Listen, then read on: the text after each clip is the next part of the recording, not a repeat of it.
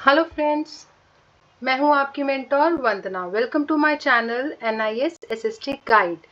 दोस्तों, आज मैं आपके लिए class 12th polity chapter number 17 लेकर आई हूं, जिसमें वयस्क मताधिकार, चुनाव प्रणाली और प्रतिनिधित्व की प्रणालियां हैं। इस चैप्टर में जो सबसे इंपॉर्टेंट क्वेश्चन आता है वो 1 नंबर का, 2 नंबर का आता है कि वयस्क मताधिकार किसे कहते हैं। ये इसका अर्थ के बारे में ज़रूर पूछता है या फिल इन द ब्लैंक्स में पूछ लेगा। बट अब लेकिन ये क्वेश्चन आता है और मैंने पिछले कई पेपर्स में देखे हैं, ये वयस्क मताधिकार से बार बार क्वेश्चन आ रहा है। तो आज मैं आपको इसी के बारे में जो इम्पॉर्टेंट चीज़ है इस चैप्टर में वो आपको बताऊंगी कि वयस्क मताधिकार का अर्थ क्या है। कि वयस्क मताधिकार का अर्थ जनता का स्वतंत्रता पूर्वक वोट डालकर अपना प्रतिनिधि चुनने का अधिकार, जो राजनीतिक समानता पर आधारित है। यानी कि जनता जो है वो अपना स्वतंत्रता पूर्वक क्या कर रही है, वोट डाल रही है। वोट डालेगी, उसको चुनने का अधिकार है, उसको समानता पर आधारित होता है, जिसमें वो 18 और 18 साल से ऊपर के, देखो मैंने यहाँ लिखा हुआ है भारत में न्यूनतम एज क्या है, 18 वर्ष। तो 18 और 18 साल से जो ऊपर का है भारत का नागरिक, वो वोट डाल सकता है, अपनी उसको उसकी स्वतंत्रता है। और सार्वभौमिक वयस्क मताधिकार का अर्थ है कि बिना किसी, यानी कि बिना किसी भेदभाव, जाति, लिंग और संपत्ति, शिक्षा के आधार पर वोट का अधिकार देना। सबसे पहले आपको अगर मान लो 2 नंबर का आ गया ये वयस्क मताधिकार, तो आप उसमें ये वाली भी लाइन लिख सकते हैं। जर्मनी ने 1919 में सार्वभौमिक वयस्क मताधिकार लागू किए, जबकि भारत ने संविधान लागू होते ही 1950 में इसे अपनाया था। मैंने देखो लिखा था 26 जनवरी 1950 को भारत ने क्या किया, गणतंत्र दिवस अपना मनाते हैं ना। तो उसी समय जब संविधान रेडी हो गया था, उसको लागू हो गया, तो देखो उस समय भारत जो आज़ाद हुआ था 1947 में हुआ था, और 1947 से 1950 तक जो टाइम पीरियड था, उस समय संविधान बनाया जा रहा था।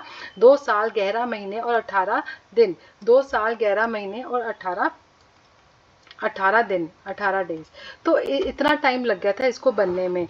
तो उस समय जब संविधान जब बना था, उसी समय सभी भारतीय नागरिक को क्या कहा, सभी भारतीय नागरिक को, जितने भी भारतीय नागरिक हैं उन सबको वोट देने का अधिकार दे दिया।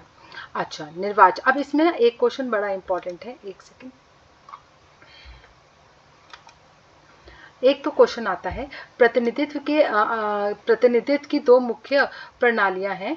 प्रतिनिधित्व की 2 मुख्य प्रणालियां हैं, क्षेत्रीय प्रतिनिधित्व और कार्यात्मक प्रतिनिधित्व। क्या होता है ये, मैं आपको एक सिंपल शब्दों में समझाने की कोशिश करती हूँ कि क्षेत्रीय प्रतिनिधित्व होता है जो एरिया का रिप्रेजेंटेटिव होता है, और ये कार्यात्मक प्रतिनिधित्व जो एक एक्चुअली कि उसका पेशा क्या है, उसका व्यवसाय क्या है, और वो केवल अपने व्यवसायिक हितों के लिए ही काम करते हैं। यहाँ ये तो पूरे एरिया का होता है। तो ये हो गया प्रतिनिधित्व। निर्वाचन क्षेत्र 2 प्रकार के होते हैं, एक सदस्यीय और बहुसदस्यीय। देखिए मैंने एक चार्ट बनाया हुआ है। वयस्क मताधिकार का अर्थ सार्वभौमिक भूमिका, इसमें मैंने वयस्क मताधिकार का अर्थ और इसकी जो भूमिका है उसके बारे में एक्सप्लेनेशन दिया है। आप इसको भी लर्न करेंगे तो यहाँ पर ही आराम से हो जाएगा कि वयस्क मताधिकार का अर्थ क्या है, कि जनता का स्वतंत्रता पूर्वक वोट डालकर अपना प्रतिनिधि चुनने का अधिकार, जो राजनीतिक समानता पर आधारित हो। और सार्वभौमिक वयस्क मताधिकार का अर्थ होता है, सार्वभौमिक वयस्क मताधिकार का अर्थ कि बिना किसी भेदभाव, जाति, लिंग और संपत्ति, शिक्षा के प्रत्येक नागरिक को वोट का अधिकार है। और सार्वभौमिक वयस्क मताधिकार सबसे पहले मैंने अभी बताया आपको 1919 में जर्मनी में शुरू हुआ था। भारत जैसे ही आज़ाद हुआ था, तो भारत आज़ादी के टाइम पर ही लागू हो गया था। और उसके बाद ये देखिए मैंने यहाँ पर एक ये बनाया है क्षेत्रीय प्रतिनिधित्व और कार्यात्मक प्रतिनिधित्व। क्षेत्रीय प्रतिनिधित्व में किसी भी भौगोलिक क्षेत्र से जनता अपना प्रतिनिधित्व का चुनाव करती है, और व्यवसाय में किसी विशेष व्यवसाय या पेशे से जुड़े लोग अपने प्रतिनिधि का चुनाव करते हैं। अब निर्वाचन क्षेत्र के प्रकार कितने प्रकार के होते हैं, एक सदस्यीय और बहुसदस्यीय। पेपर में 2 पूछता है कि निर्वाचन क्षेत्र के प्रकार बताइए, तो आपका आंसर होगा एक तो एक सदस्यीय और देन बहुसदस्यीय। इसमें केवल एक ही प्रतिनिधि चुना जाता है, और इसमें केवल बहुत सारे, एक से अधिक प्रतिनिधित्व चुने जाते हैं। मैंने इसमें एग्जाम्पल्स भी कंट्रीज में डाल दिए, जैसे भारत, ब्रिटेन, अमेरिका, जापान एक सदस्यीय निर्वाचन क्षेत्र, और बहुसदस्यीय स्विट्जरलैंड, डेनमार्क, बेल्जियम आदि। वयस्क मताधिकार लोकतंत्र की आत्मा है, जो प्रत्येक नागरिक को समान अधिकार देकर लोकतांत्रिक शासन को सशक्त बनाता है। देखिए मैंने कुछ बहुविकल्पीय प्रश्न लेकर आई हूँ, और ये पिछले ईयर के हैं, तो इस चीज को ध्यान रखिएगा।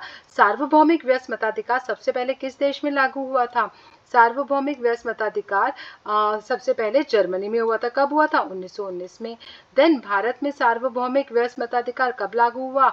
1950 में। लोकसभा चुनावों में संपूर्ण भारत को कितने निर्वाचन क्षेत्रों में बांटा गया है? 543।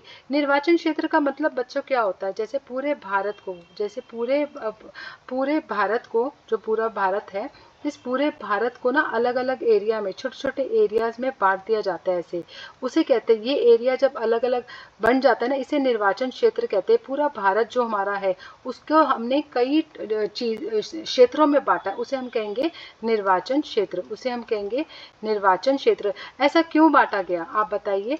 ये निर्वाचन क्षेत्रों में क्यों बांटा गया? क्योंकि भारत के है, इसकी जनसंख्या सबसे ज़्यादा है। भारत एक बहुत बड़ा देश है और इसको ऐसे बांटना बहुत ज़रूरी है, तभी यहाँ पर वोट का जो अधिकार मिला है, तभी यहाँ पर जो ये वोटिंग सिस्टम है वो सक्सेसफुल हो पाएगा, इसलिए इसको निर्वाचन क्षेत्र में बांटा है।